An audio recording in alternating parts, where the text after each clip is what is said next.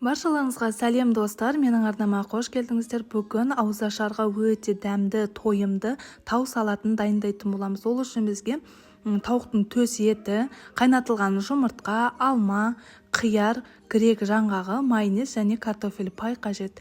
Ең алдымен тауықтың төс етін осылай өте жіңішке етіп турап алатын боламыз.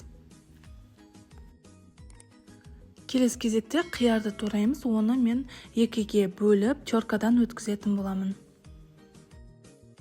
Қалауыңыз бойынша өте жіңішке етіп турап шықсаңыздар да болады. Картофель паймен де бір картошканы алып, оны теркадан өткізіп, жақсылап жуып, суын сырғып, майға қуырып алған болатымын. Немесе сіз дайын күйде алсаңыздар да болады. Келесі кезекте алманы да теркадан өткізген болатымын.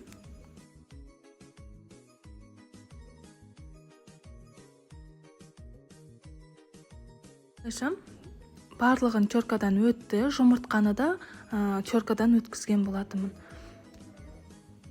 Қалауыңыз бойынша үлкендеу етіп, қолмен турап алсаңыздар да болады. Осылайша біздің барлық заттарымыз дайын болды.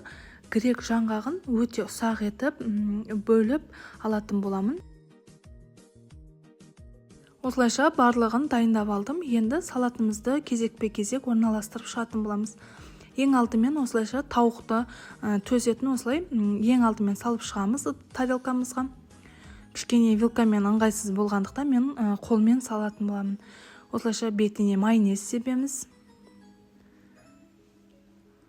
Оның үстінен қиярымызды орналастырамыз.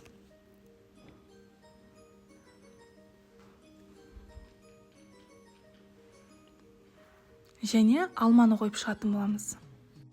Алмадан соң жаңағы ұсақтап туралған грек жаңғағын осылай бетіне сеуіп шығамыз.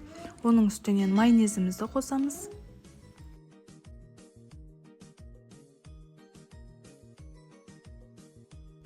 Майонезімізді орналастырып болған соң кішкене ғана мөлшерден картофель пайымызды кішкене ғана қосатын боламыз бетінен. Оның үстінен жұмыртқамызды орналастырамыз.